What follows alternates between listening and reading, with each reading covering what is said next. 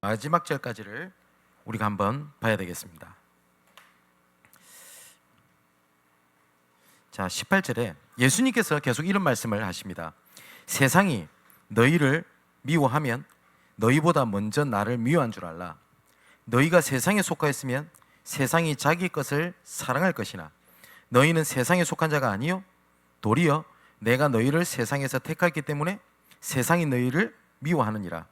내가 너희에게 종이 주인보다 더 크지 못하다 한 말을 기억하라.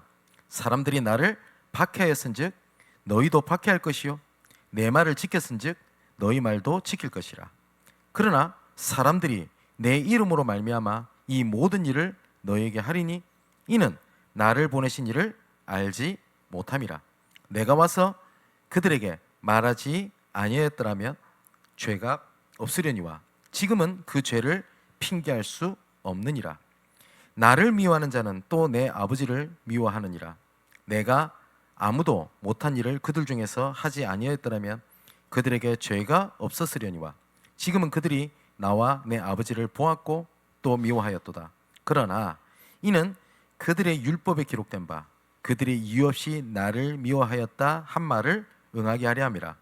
내가 아버지께로부터 너에게 보낼 보혜사 곧 아버지께로부터 나오시는 진리의 성령이 오실 때에 그가 나를 증언하실 것이요 너희도 처음부터 나와 함께 있었으므로 증언하느니라. 아멘. 자, 오늘 제목은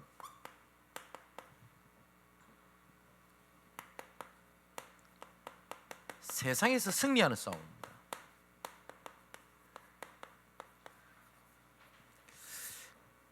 성경은 성도를 전진하는 자, 싸우는 자, 그리고 정복하는 자, 순례자 이런 단어를 사용을 하십니다.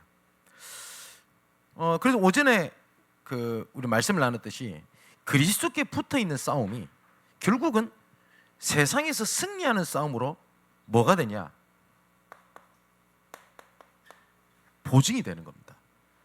어디에 붙어서 싸우냐가 싸움의 결과가 이미 결정돼 놓고 시작을 하는 겁니다. 우리가 계속 보겠습니다만은 요한복음 16장 32절에서 33절에 특히 33절에 뭐라고 되어 있냐? 이것을 너희에게 이르는 것은 너희로 내 안에서 평안을 누리게 하려 함이라. 세상에서는 너희가 환난을 당하나 환난을 당할 수가 있어요. 담대하라 내가 세상을 이기었노라. 로마서 8장 37절의 말씀을 보니까 바울이 이렇게 고백합니다. 모든 일에 우리를 사랑하신 이로 말미암아 우리가 넉넉히 이기느니라 라고 되어 있습니다. 여기 보면 넉넉히 이긴다라고 하는 단어가 보면요 하이퍼 니카오멘이라는 단어를 쓰거든요. 이것을 원어 그대로 번역을 하면 어떤 뜻이냐면 초월하여 이기다, 압도적으로 이기다 라는 뜻입니다. 그래서 우리가 예수 믿는 우리가 꼭 영화에서 보면요 막 로키 이런 거 있잖아요.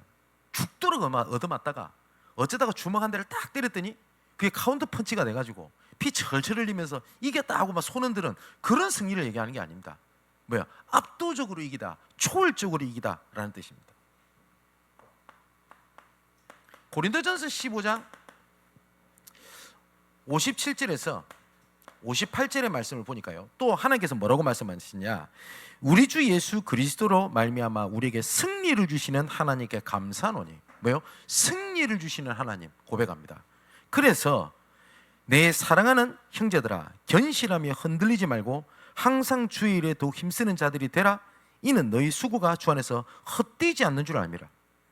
왜냐? 승리를 이미 주시겠다는 결과가 있기 때문에 흔들리지 않을 이유가 있을 거 아닙니까? 조마조마하지 않을 이유도 있겠죠. 제가 야구를 굉장히 좋아합니다. 그리고 제가 응원하는 팀이 롯데입니다. 그래서 롯데가 얼마나 야구를 못하는지 몰라요. 그래서 제 마음속에 어떤 생각이 드냐? 세계보고마가 빠를까? 롯데 우승이 빠를까? 세계보고마 더 빠를 것 같아요. 그래서 매년 잘하겠지 이러고 보거든요. 근데 올해는 좀 잘하는 것 같아요. 네. 말하려는 목적이 그게 아니고 뭐 야구를 제가 실제로 시청할 수 있는 시간이 없잖아요. 그럼 야구를 좋아하다 보니 항상 뭘 보냐니까 경기 결과를 봅니다. 그러면 이겼다. 이긴 날에는 꼭 제가 뭘 보냐? 리플레이를 봐요. 짧게 이렇게 돼 있는 거. 그러고 보면 이렇게 리플레이를 보여주면 막 조마조마하고 실제말 위기 이런 영상도 보잖아요.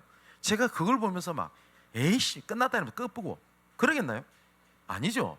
이긴 걸 알고 보지 않습니까? 알고 보니까 위기 때 있었던 것이 보는 게요 재밌어요. 아, 어떻게 이겼을까? 어떻게 막았을까? 그죠? 근데 결과를 모르면 그 사람 그 심장 떨립니다. 그거 그잖아요. 올해는 잘해요.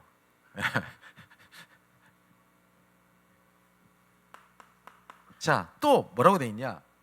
요한일서 5장 4절에 보니까 무릇 하나님께로부터 난 자마다 세상을 이기느니라. 세상을 어떻게 이긴다고요? 하나님께로부터 난 자마다 세상을 이기느니라. 그리스도께 붙어 있는 자가 세상을 이깁니다. 그리고 세상을 승리는 이것이니 우리의 믿음이니라. 어떤 믿음이죠? 그리스도께 붙어 있는 믿음입니다. 그죠? 그러면 이미 어떻게 하나님께서 하시겠다는 보증을 가지고 세상에서 승리하는 싸움을 우리가 싸우는 겁니다. 자, 그렇다면 아까도 말씀드렸듯이 우리가 싸우는 싸움은요 눈앞의 것을 보는 싸움이 아닙니다. 끝을 본 싸움입니다. 이미 결과를 아는 겁니다. 하나님께서 이미 승리를 주신다라고 되어 있어요. 성경을 조금 보면 마태복음 5장 1절에서 10절의 말씀 보니까 예수님께서 복이 뭐냐를 말씀하십니다. 복. 하나님을 떠난 인간은요 죄의 오염으로 말미암아 복이 뭔지를 몰라요. 그래서 복이 아닌 것을 복인 줄 달려가고요, 진짜 복은 내팽개치는 게 우리 인간의 본성입니다. 왜냐? 하나님을 떠난 하나님의 저주와 재앙에 빠진 인간이 죄의 오염으로 말미암아 이미 판단이 흐려져 있단 말이에요. 그러다 보니까 복음이 아닌 거, 복이 아닌 걸 복이라고 자꾸 생각을 하는 겁니다. 쉽게 한번 생각해 보세요. 도둑놈이 건강한 게 복입니까? 도둑놈은 건강한 게 재앙입니다. 왜냐? 그 건강을 갖고 도둑질을 할 거니까요. 그죠? 전도자에게 건강은 복입니다. 그죠? 누가 받느냐가 따라서 어떤 사람은 복이냐, 어떤 사람은 재앙이냐는 겁니다. 오늘 본문에 예수님께서 너희를 미워하게 될 거야, 환난을 받게 될 거야, 핍박을 받게 될 거야 라고 하는데, 누가 그걸 받냐에 따라서 그것은요 복이 되기도 하고 누구에게는 그게 재앙이 되기도 합니다. 그죠? 포도나무에 가지가 붙어 있었을 때는, 그죠, 비바람이 불고 뜨거운 햇빛이 내리쬐고 그 일이 영양분을 더 훨씬 공급받게 하는 이유가 되는데, 떨어져 있는 가지는요 햇빛이 쬐면 쬐수록 말라버리고요, 물이 많이 비바람이 몰아칠 수도 있도록 어떻게 해요? 습기가 차서 골마 죽어버려요. 어떠한 상태에 있느냐에 따라서 복이 된다라는 것이 예수님의 말씀입니다. 그래서 우리 마태복음 보면 우리가 팔복이라고 안 합니까? 그걸 다 보면 사실상 이해되지 않는 것을 하나님은 복이라고 말씀하십니다. 자, 읽어볼게요. 심령이 가난한 자가 복이 있대요. 마음이 풍요로워야지. 애통하는 자가 복이 있대요. 또 온유한 자가 복이 있다. 사람이 좀 독해야지 되는 거 아닙니까? 의에 줄이고 목마른 자가 복이 있나니, 긍휼인 자가 복이 있나니, 마음이 청결한 자가 복이 있나니, 화평케 하는 자가 복이 있나니, 의를 위하여 박해하는 받는 자가 복이 있나니 라고 얘기하거든요. 무슨 말이냐면 현재의 것을 얘기를 해요. 근데 하나님께서는 왜 그게 복이라고 말씀하시냐, 그 끝이 복이 있기 때문에 복이라고 말씀을 하시는 거예요. 그죠? 태풍이 많은 피해를 줍니다. 태풍이 없어져 버리면 해양 생물, 모든 생물은 다 죽어버립니다. 태풍이 해양을 뒤집어서 정화시키는 역할을 합니다. 그죠? 그래서 태풍 그 자체는 피해도 오고 괴롭지만 그 태풍이 가져다주는 복은 훨씬 큽니다. 일반적으로. 그걸 모르면 어떻게 됩니까? 불신자들도 뭐라고 얘기하죠? 젊어서 고생한 사서도 한다. 실패는 성공의 어머니다 라고 얘기를 하는데, 예수 믿는 우리가 눈앞에 갈등, 시험, 여러 가지 세상 소리 때문에 낙담해 버려요. 그럼 어떻게 되겠습니까? 특히 그 예수님 팔복 중에서 뭐라고 되어 있냐, 의에 줄이고 목마른 자는 복이 있나니, 의를 위하여 박해하는 자는 복이 있나니 라고 되어 있거든요. 자, 오늘 본문에서 세상이 너희를 미워할 거야. 근데 세상이 너를 미워하는 것은 사실상 너를 미워한 게 아니야. 곧 나를 미워한 거야. 그래서 박해를 받게 될 것이고 오해를 받게 될 것이고 불편함을 잊고 불편함을 가지고 살아가게 될 거야 라는 말씀을 하게 됩니다.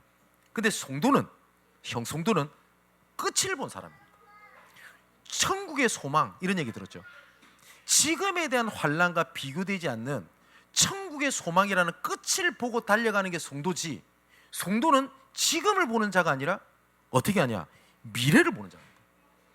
근데 이 마귀는요, 우리를 속이고 넘어뜨릴 때 끝을 모르고 말해주지 않습니다. 자, 보세요. 창세기 3장 문제를 빠지도록 만들었던 이 사단이 뭘 가지고 속이죠? 네 눈이 밝아질 거야 라고 얘기를 합니다. 근데 네 눈이 밝아져서 사망에 이를 거야는 끝을 말해주지 않아요.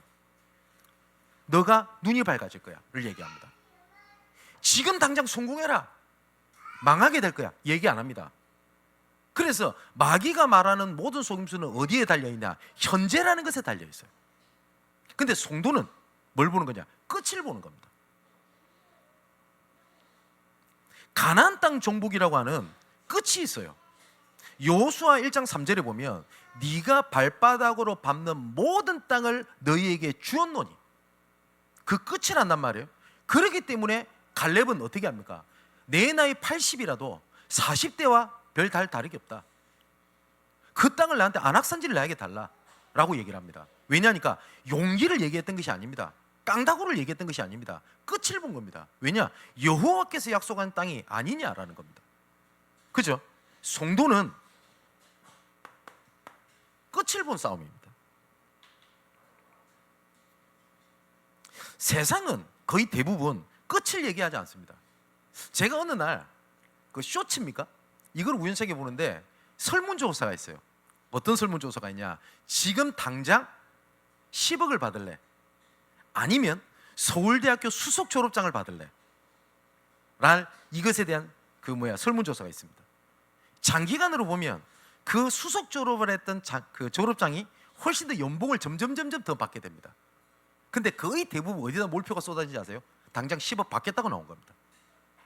그게 세상에서 말하는 복이요, 세상에 말하는 응답을 얘기를 합니다. 지금의 것을 자꾸 얘기를 해요. 근데 하나님은 뭘 자꾸 얘기를 하냐? 미래의 것을 얘기합니다. 그래서 끝을 아는 사람은 지금의 것을 왈가불가하지 않습니다. 그죠? 그래서 히브리서 11장에 보면 믿음의 사람이 나오는데 그 중에 하나는 모세 얘기가 나옵니다. 24절에서 25절에 모세를 어떻게 기록하고 있냐?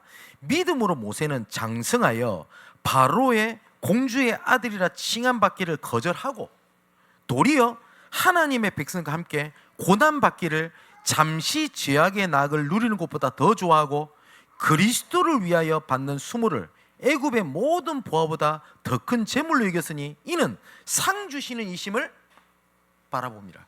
모세는 뭘 봤어요? 끝을 봤어요. 끝. 자,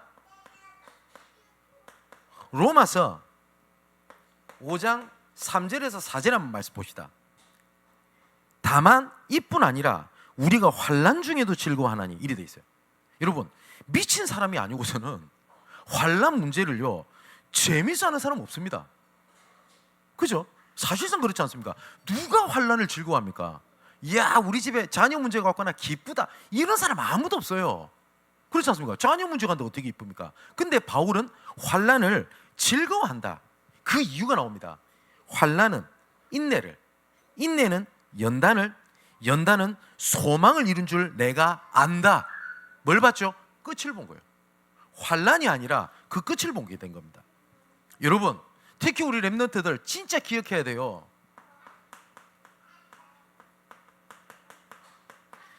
우리 저와 성도, 특히 우리 렘넌트들은 미래의 제자입니다.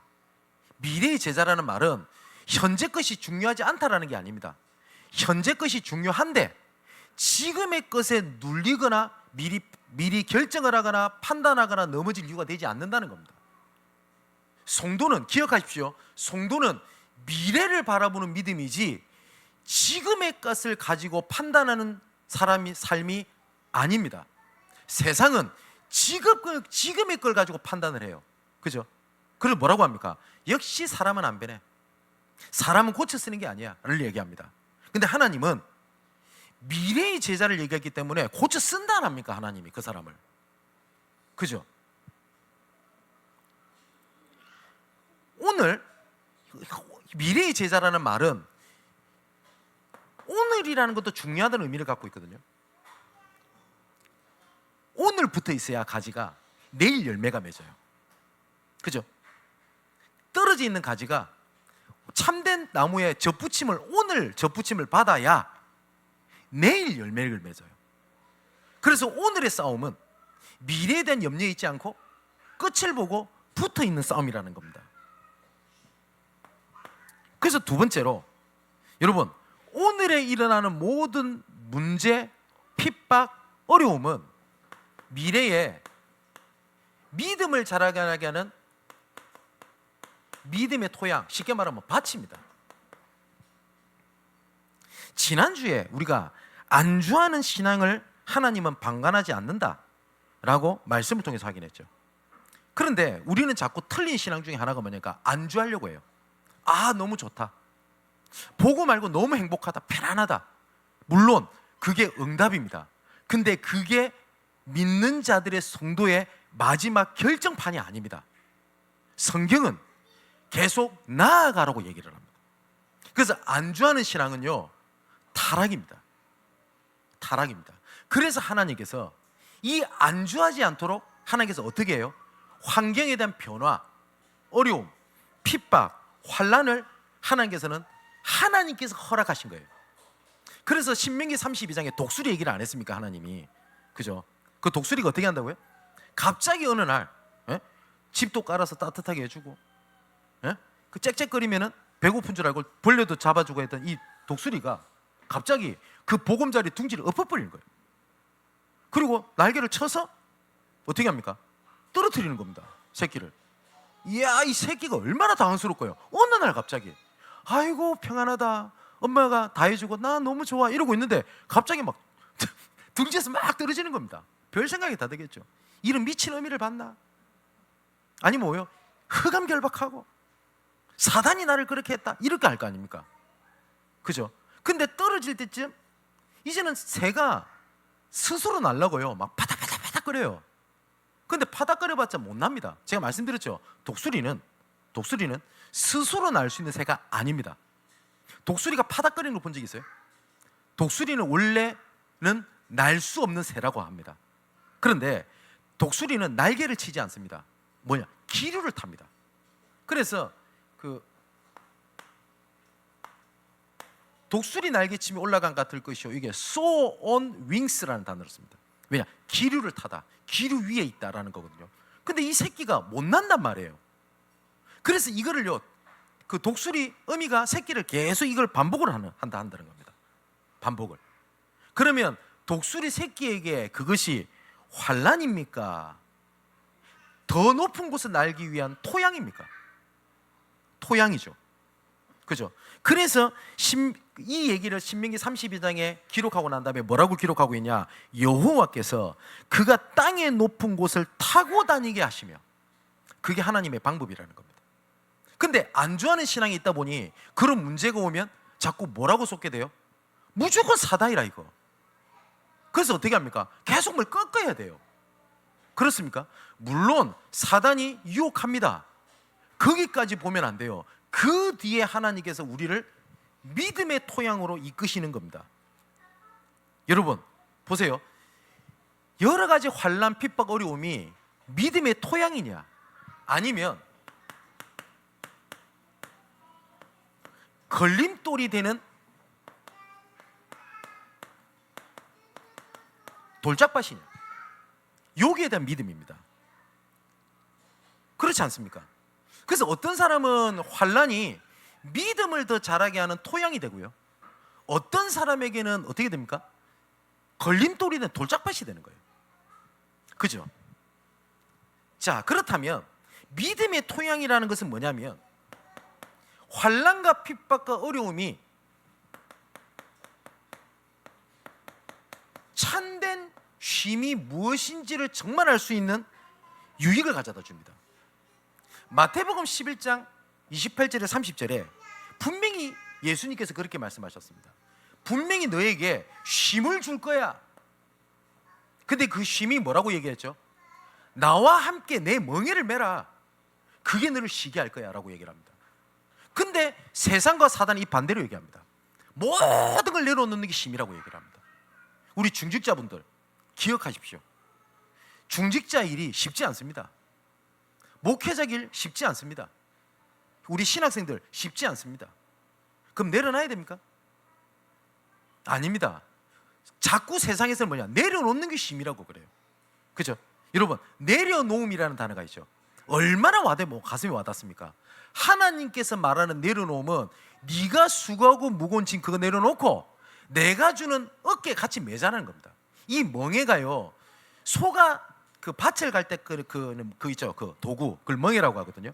근데 유대인들 이스라엘이 쓰는 멍에와 우리 대한민국의 황소가 끄는 멍에는 좀 달라요. 예, 우리 황소는 한 마리가 끕니다. 근데 유대인의 멍에는요, 두 소가 같이 끕니다. 그래서 같이 멍에를 매자라고 얘기합니다. 같이 동행하자를 얘기합니다. 그래서 환난과 핍박이 믿음의 토행이 될 수 있는 가장 첫 번째가 뭐냐? 참된 쉼이 뭔지를 확인할 수 있는 최고의 기회입니다. 참된 평안이라고 하는 것은 아무 문제가 없다는 게 아닙니다. 문제 가운데 내 영혼이 평안한 겁니다. 그게 진짜입니다. 두 번째는 오전에 말씀드렸듯이 하나님의 자녀의 눈물의 기도를 하나님께서는 절대 외면하지 않으십니다. 하나님은. 여러분, 우리 자녀들 울면서 부모님한테 얘기하면 거의 통하죠. 네, 그걸 이용하라는 뜻이 아니고. 왠지 압니까? 자녀의 눈물을 그냥 대수롭지 않게 여기는 부모는 없어요. 그죠? 그래서 시편 126편 5절 6절을 보니까 뭐라고 되어 있냐? 눈물을 흘리며 씨를 뿌리는 자는 기쁨으로 거두리로다. 울며 씨를 뿌리러 나가는 자는 반드시 기쁨으로 그 곡신의 단을 가지고 돌아오리로다 라고 되어 있습니다. 씨 뿌리는 자의 비유가 나오죠. 근데 제가 이번에 몇 번 설명한 적이 있는데, 제가 이렇게 해석하는 것이 무조건 맞다는 건 아닙니다. 제게 주신 은혜니까요. 누가복음에 모든 복음서에 씨 뿌리는 자의 비유가 다 나옵니다. 길바닥에 떨어진 씨, 돌짝밭에 떨어진 씨, 그 다음에 가시덤불에 떨어진 씨, 옥토밭에 떨어진 씨, 다 똑같이 나와요. 그런데 누가복음에만 특별한 해석이 하나가 있습니다. 돌짝밭에 떨어진 씨앗은 뭐라 되냐면 습기가 없으면 말라 죽었으며 라고 기록되어 있어요. 제가 신학생 때 이걸 읽었는데 이걸 반대로 생각해 봤어요. 항상 반대로도 봐야 되니까. 그럼 반대로 말하면 습기가 있었다면, 물이 조금이라도 있었다면 살 수 있었다는 말이에요, 그 씨가. 그죠? 예. 이거 제 해석이니까 무조건 그렇게 해석하는 게 맞다는 뜻은 아닙니다. 저는 그때 어떤 생각이 들었냐니까 눈물이라는 생각이 들었어요. 그때 제 가슴 속에 느꼈던 게 하나 있었습니다. 뭐냐니까, 내가 진짜 이 렘넌트를 두고 울어봤나? 라는 질문이었어요. 제가 중고등부를 담당할 때. 아니더라고요. 아니면서 뭐라고 하냐, 이미 분석을 다 해놨어요. 쟤는 저래야 되고, 쟤는 이래야 되고, 이래야 되고, 저게 맞고 이게 맞고. 그 말이 다 맞을 수 있어요.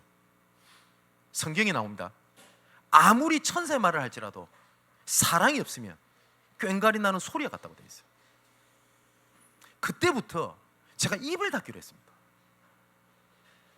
그래서 이런 얘기 듣습니다. 목사님, 저 렘넌트 상태를 모릅니까? 압니다. 어쩔 때는 알고도 모른 척합니다. 왜냐? 눈물의 기도입니다. 눈물의 기도를 한 부모의 자녀를 하나님께서 그냥 포기하지 않으십니다. 맞죠?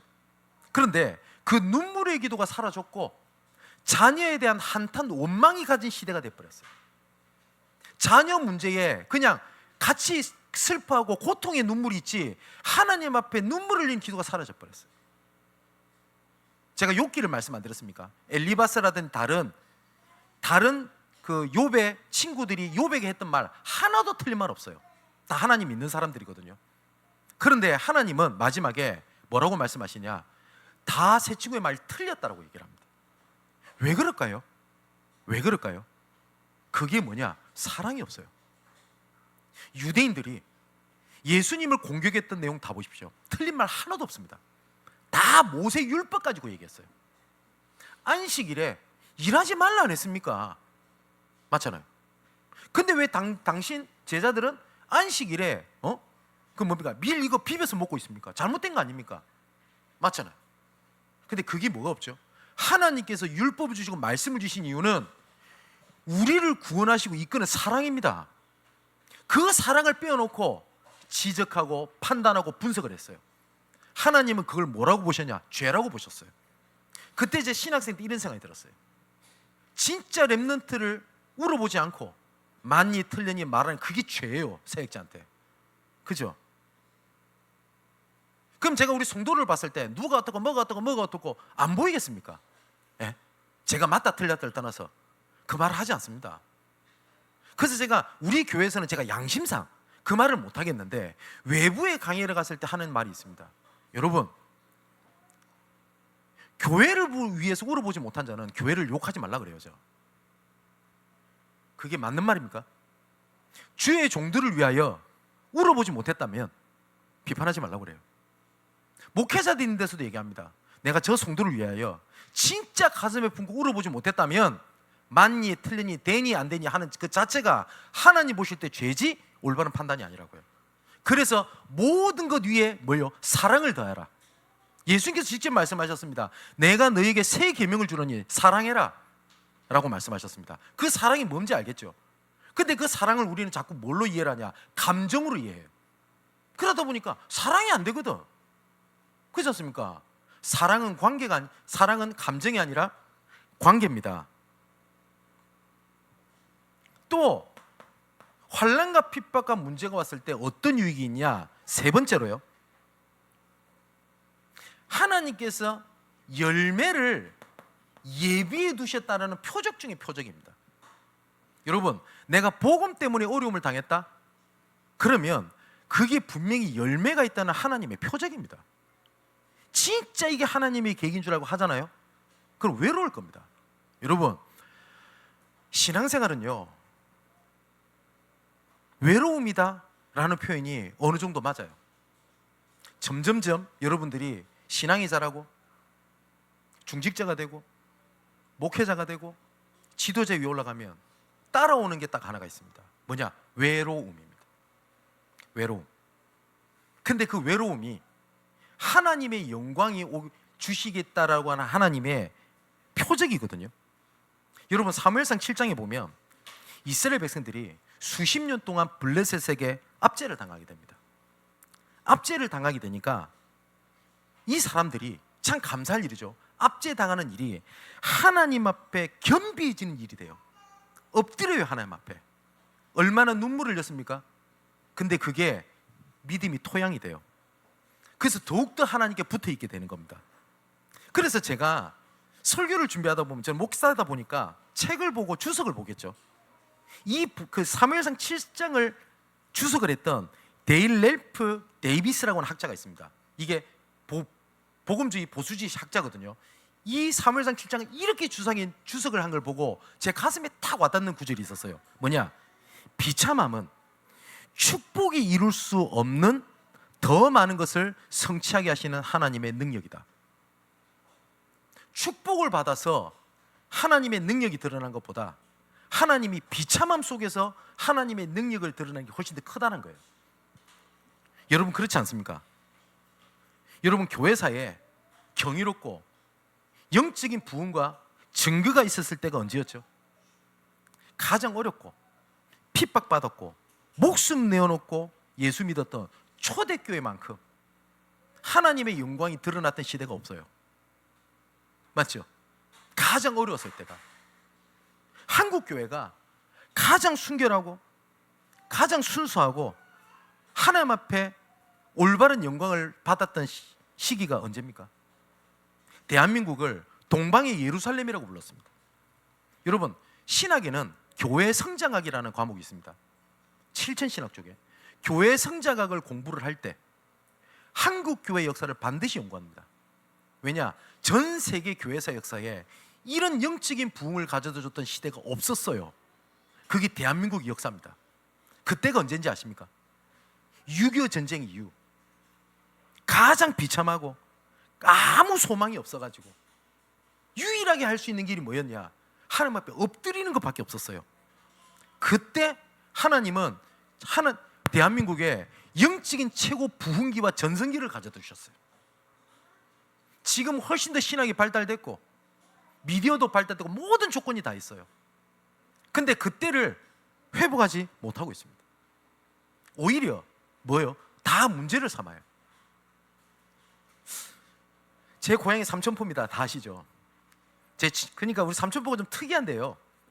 어촌도 있고 농촌도 있고 산촌도 있습니다. 그러니까 그게 보면은 동네 주민들이 뭐 어부도 있고 밭을 매는 사람도 있고 산골에 사는 사람도 있어요. 근데 제 친구 집이 고구마 농사를 하는, 밭을 하는 집이 있습니다. 근데 제가 어릴 때 그 집에 놀러 가가지고 본 것 중에 있잖아요. 제가 고구마가 그렇게 큰 고구마 있는 걸 저는 살아생전에 본 적이 없어요. 왕고구마예요. 얼마만큼 뭐 이렇게 커요. 고구마가 이렇게 큰 거 보셨어요? 그래서 그 친구가 별명이 고구마예요. 왕고구마였어요. 왜냐니까 그 친구 머리가 커요. 저보다 커요. 그래서 그 친구 머리 닮았다고 해서 왕고구마 이렇게 불렀거든요. 근데 제가 어릴 때 이분 아버지가 했던 말을 어릴 때 들었는데 잊지 못하는 게 하나가 있어요. 비료를 줬냐? 아니에요. 뭐 방사능 오염이 돼서 크냐? 그게 아니래요. 뭐냐니까 밭을 김을 낸다고 그러죠. 그럴 때 일부러 호미날 있지 않습니까? 호미날로 그 고구마 줄기를요 살짝 긁어버린대요. 상처를 낸대요. 그러면 이 상처가 아물잖아요. 줄기가 붙어 있으니까. 그러면 또 김을 낼 때, 김을 낸다는 말은 그 흙을 덮어가지고 이렇게 공기가 통하게 해주는 거잖아요.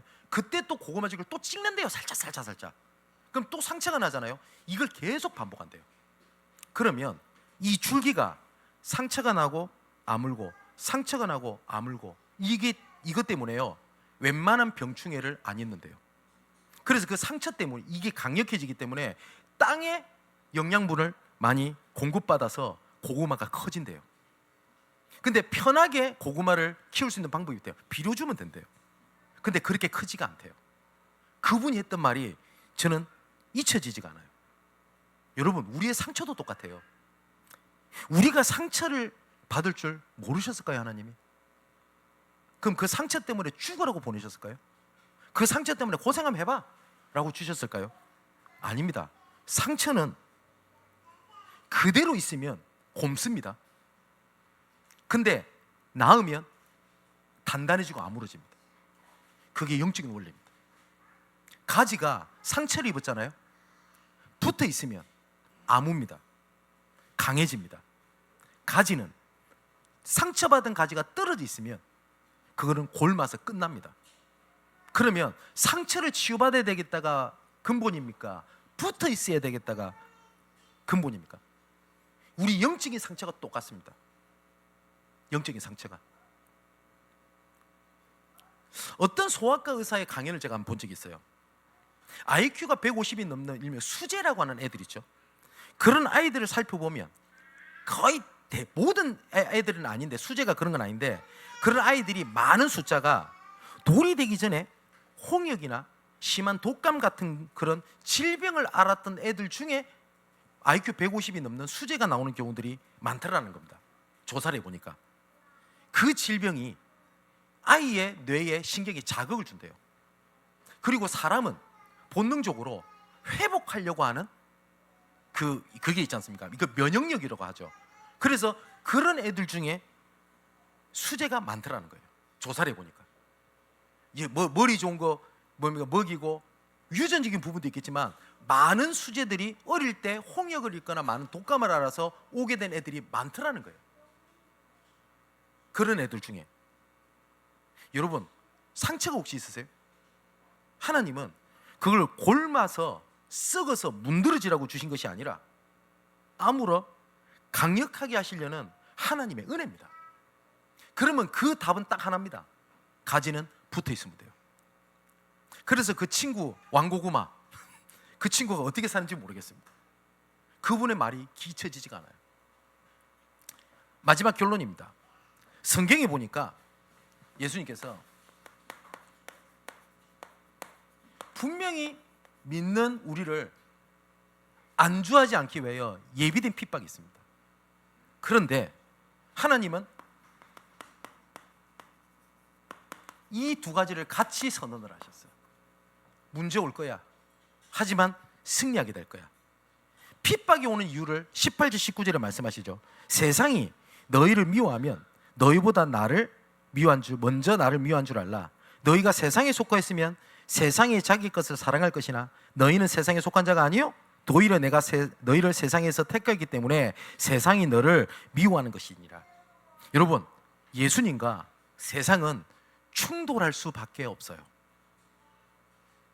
우리가 생각할 때 교회 다니는 사람이 정말 많이 베풀고 하면 세상 모든 사람이 사랑해 줄 것 같죠?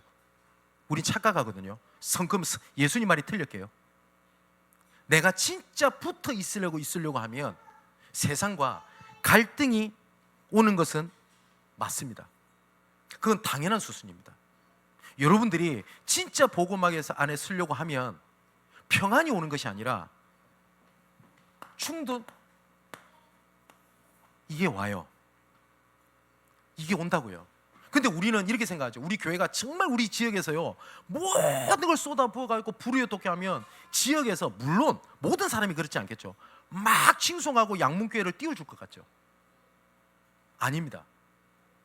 올바르게 복음 안에 있으면 오히려 예수님이 뭐라고 해요? 예비된 핍박, 하지만 예정된 승리를 말씀하세요. 오늘 제일 중요한 것이 26절 27절에 나오는데, 26절 27절 제일 중요한 단어는 증언, 즉 증거입니다. 세상을 깨는 하나님의 방법이 복음이라는 겁니다. 그리고 27절에 너희도 처음부터 나와 함께 있었으므로 증언하느니라 라고 되어 있죠. 이것을 헬라어 원문에 그대로 직역하면 뭐라고 했냐, 너희도 역시 증거해야만 할 것이다 라고 되어 있습니다. 여러분, 하나님을 사랑을 하는 것은 싸움이 내포되어 있습니다. 내가 저 사람을 뜨겁게 사랑한다는 것은 저 사람을 사랑하는 걸 반대되는 것에 대한 싸움이 있다라는 말이에요. 그래서 시편 97편 10절에 보니까 뭐라고 되어 있냐, 여호와를 사랑하는 너희여 악을 미워하라. 사랑은 싸움을 내포합니다. 사랑은 관계이기 때문에 희생을 내포합니다. 희생 없는 사랑은 거짓입니다. 자기 이득을 위하여 저 사람을 만나는 건 사랑 아닙니다. 이용입니다. 그런데 사랑은 뭐예요? 그 사람과 함께 싸움이고 희생입니다. 그래서 저 사람이 진짜 나를 사랑하냐 아니냐를 뭘로 보면 알 수 있냐, 저 사람이 나를 위해서 희생하냐 아니냐입니다. 그런데 대부분 자기 이득을 위해서, 자기 피를 위해서 있는 사람은 사랑 아닙니다. 하나님은 우리를 사랑한다는 증거로 자기 본인께서 하실 수 있는 최고의 희생을 우리에게 보이셨습니다. 그게 뭐죠? 독생자 예수 그리스도를 우리에게 보내서 죽으신 겁니다. 그죠? 그래서 오전에 말씀드렸던 것처럼 희생이 없는 비전은 없습니다. 여러분, 되어지는 응답이라고 하는 말은 뭐가 대포 있냐? 몸부림 쳤을 때 따라오는 응답이라는 것이 포함되어 있습니다. 돈을 진짜 벌기 위하여 몸부림 쳐본 사람이 하나님이 주신 경제응답이 소중히 있고 가치 있게 보여요. 맞죠? 내가 하나님 앞에 엎드려서 몸부림을 쳤을 때 내 수준과 상관없이 하나님 주신 은혜가 되어지는 은혜로 감사하고 소중히 보이지. 그런데 우리는 뭐가 있냐? 건너뛰어요. 희생을. 여러분, 은혜는 희생이 달라요. 사랑의 희생이 따릅니다. 오늘도 그리스도께 붙어있기만 하십시오. 그게 내일의 승리의, 세상의 승리의 맛을 보게 될 겁니다. 붙어있는 은혜가 여러분들에게 영원하기를 주님의 이름으로 축원을 드립니다. 기도하겠습니다. 그리스도께 붙어있는 싸움으로 이미 승리한 싸움을 시작하길 원합니다. 붙어있는 자체가 은혜요, 승리요, 승리한 싸움인 것을 체험하는 한 주간이 되게 하옵소서. 환난과 핍박, 문제와 갈등이 더욱 그리스도께 강력히 붙어 있어 믿음이 성장하게 하는 토양이 되게 하여 주옵소서. 지금이 아닌 하나님께서 영광 받으시고 반드시 달라질 미래를 바라보며 영원한 말씀 위에 굳게 서게 하여 주옵소서. 이 모든 말씀을 십자가에서 죽으사 세상을 이겼다고 선포하신 예수 그리스도 이름으로 기도하옵나이다. 아멘. 중요한 강구는 주보를 참고하시면 되겠고, 선교 캠프를 위해서 계속 기도해 주시기를 바랍니다. 수요 예배 때랑 금요 예배 때 좀 말씀을 드리겠습니다만은 우리는 빚진 자입니다. 지난주에 하나님이 저한테 그런 마음을 많이 주셨어요. 우리 빚진 거 아닙니까? 그죠? 제가 모든 몸이 부서져라 교회를 위하여 모든 걸 다 할지라도 하나님